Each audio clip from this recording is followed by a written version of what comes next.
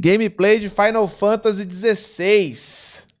Ei, parece que as grandes mídias já estão recebendo o joguinho pra jogar, né? Jesus.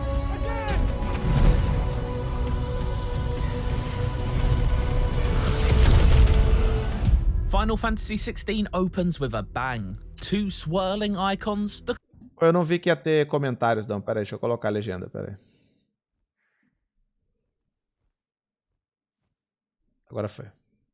Colossal beasts that series fans will know better as summons, pepper each other with fireballs and lash out with their hefty tails as they descend deep under the earth in a scene reminiscent of Gandalf's plunging tussle with the Balrog. It's a level of spectacle rarely witnessed in a video game, and an early indicator of the huge-scale story awaiting those venturing into Square Enix's latest. Having played the following 4 or so hours, it's a promise largely lived up to, with razor-sharp combat and thrilling boss battles consistently exciting. But beyond the blade, it also engages through its thoroughly fantasy-rooted tale, establishing the world of Phalisthea, its factions, and individual personalities to good effect. It makes for an electrifying opening which, despite being a little cutscene heavy at times, made me wish I didn't have to stop playing.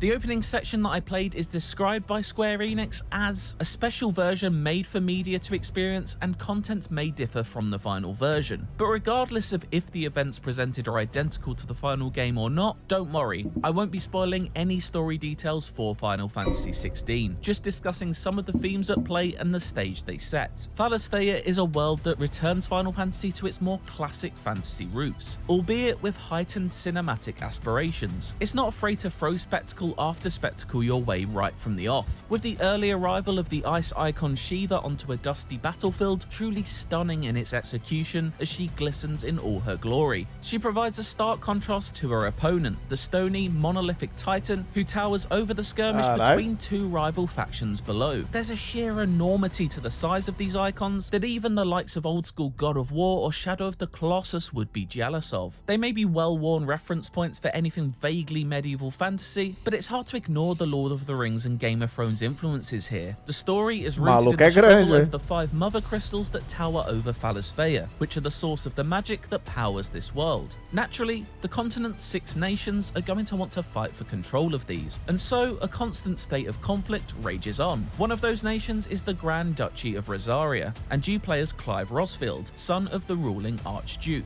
Over the course of the opening few hours, you're transported through different periods of his life as the personal catalyst for his story is revealed. It's not a revolutionary setup for a story in this genre, but one introduced with a fair amount of elegance in an early cadence that maintains a good balance between action and dialogue. This pace and a general sense of excitement are infinitely aided by the superb score that soundtracks the events too. It's worth saying at this point that Final Fantasy XVI's opening hours are very story heavy, and while it does a great job at introducing Clive's family ties and those who aim to unbind them, it did leave me wishing I was playing a more active part in it at times, not least because when you do get let off the leash, its combat never fails to impress. That heightened sense of cinema translates equally well to the battlefield, with each encounter feeling like a real event. In my relatively short amount of playtime, I fought no fewer than 8 bosses, each delivering spectacle on both a macro and micro level, ranging from massive monster clashes to time-bending perfect parry affairs against agile enemies. The first extensive stretch of gameplay sees you playing as teenage Clive, as you venture through a swampy marshland littered with the most goblin-looking goblins you've ever seen. It culminates in a very fun fight against this world's version of the classic Final Fantasy enemy Morbol, a slimy, tendrilled set of teeth with a serious case of bad breath. Keep clear of its maw, my lord.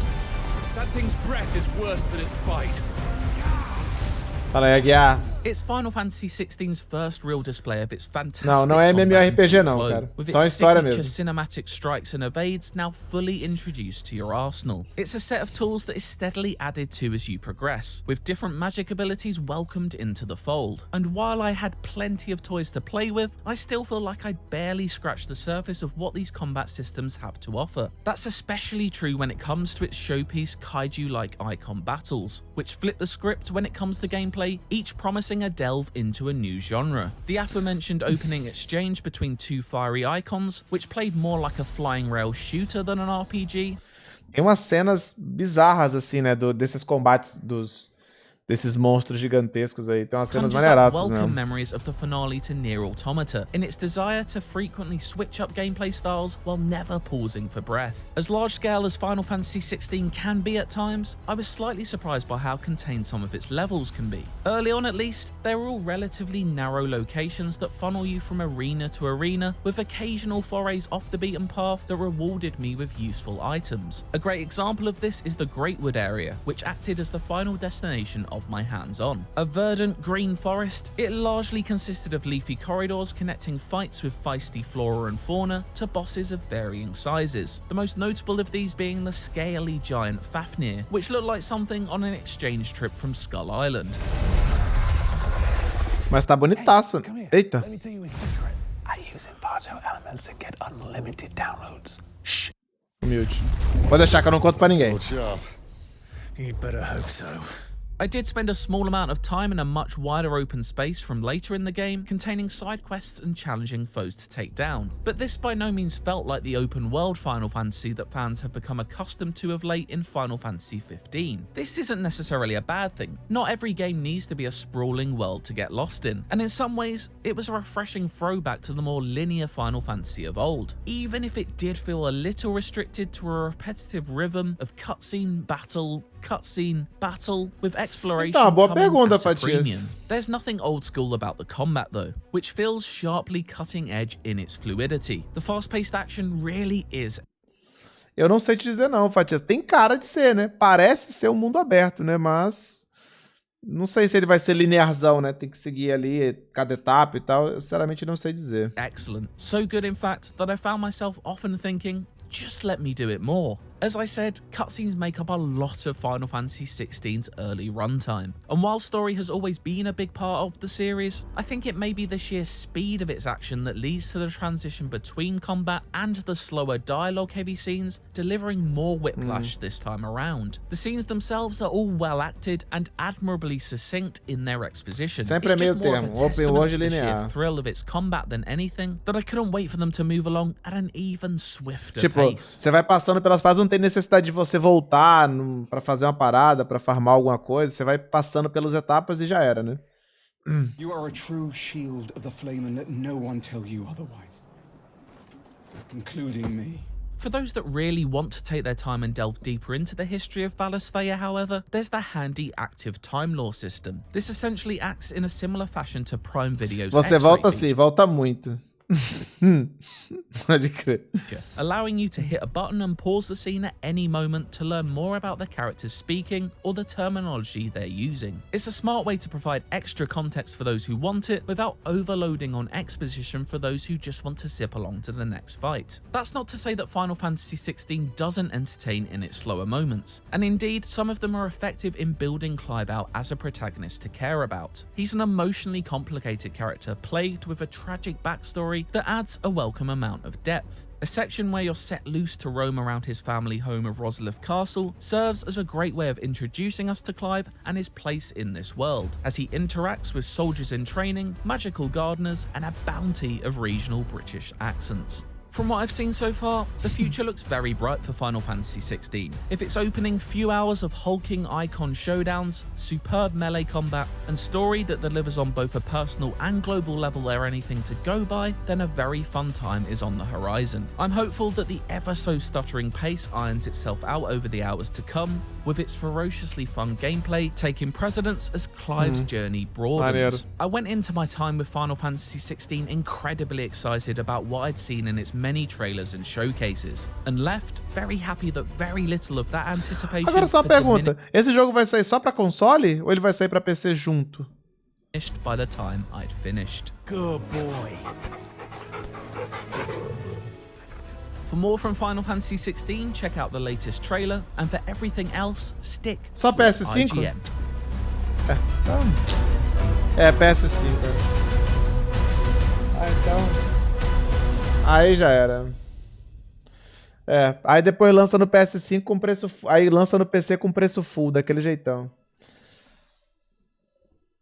É, sim, sim. Agora que eu lembrei do Final Fantasy VII, foi assim também, né? O remake. Mas vai lançar pra PC. Mas é foda. Eu sinceramente acho um absurdo, cara. Lançar o jogo 6 meses depois e cobrar o mesmo preço de lançamento, eu não... Na minha cabeça não entra essa matemática, não bate. Eu não consigo aceitar não, velho, na moral. Eu não pagaria. Não pago, não pagaria e não pago, né? Se um dia tiver um descontão, beleza. Mas, pô, jogar o jogo 6 meses depois e pagar, pô, como no mesmo preço que a galera que jogou no começo, aí, meu irmão... Sinceramente, pra mim não faz sentido nenhum, tá ligado? Mas é isso aí. Tá bonito, cara. Tá bonitaço mesmo. Dá vontade de jogar da mesma forma que dá vontade de jogar o Final Fantasy VII Remake. Só que os meus princípios não me deixam. Os meus princípios não me deixam. Fala, seria legal se tivesse multiplayer. É. Por isso eu usei Steam Verde. Pois é, né?